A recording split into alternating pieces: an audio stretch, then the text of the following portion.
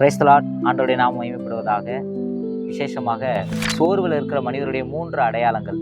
ஒரு மனுஷங்க ரொம்ப சோர்வாக இருக்கிறாங்க அப்படின்னா அவங்களுக்கு 3 அடையாளங்கள் உண்டு, மிகப்பெரிய அடையாளங்கள். அதில் ஒன்று என்ன அப்படின்னா, அவங்க ரொம்ப தனிமையை விரும்புவாங்க.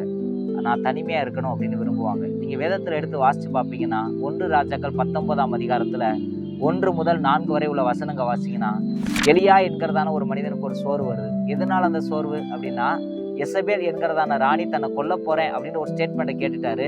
கேட்ட உடனே தன்னுடைய வேலைக்காரனை கூட்டிகிட்டு போய், நீ இங்கே இரு, நான் கொஞ்சம் தூரம் போயிட்டு வரேன்னு சொல்லிட்டு ஒரு நாள் பிரயாண தூரமாக போய் அங்கே உட்காந்து துக்கப்பட்டு கொண்டிருந்தாருன்னு வேதம் சொல்கிறது. நீங்கள் வாசிப்பீர்களே, ஆனால் இன்றைக்கு அநேக தேவனுடைய பிள்ளைகள் தன்னை சுற்றி எத்தனை பேர் இருந்தாலும், என்னதான் கலகலப்பாக பேசினாலும், இதெல்லாம் மாறியிருப்பா, கவலைப்படாத, உனக்கு ஒரு நல்லது நடக்கும், எத்தனையோ பேருக்கு நடக்குது, என்னதான் சொன்னாலும் இவங்க மனசு அந்த வார்த்தைகளை ஏற்றுக்கொள்ள மறுக்கும்.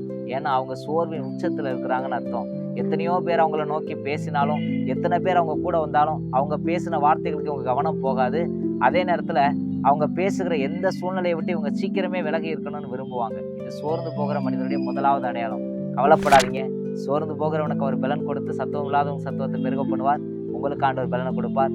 மீதி இருக்கிற 2 காரியத்தை கர்த்தர் சித்தமாக நம்ம அடுத்து பார்க்கலாம். God bless you.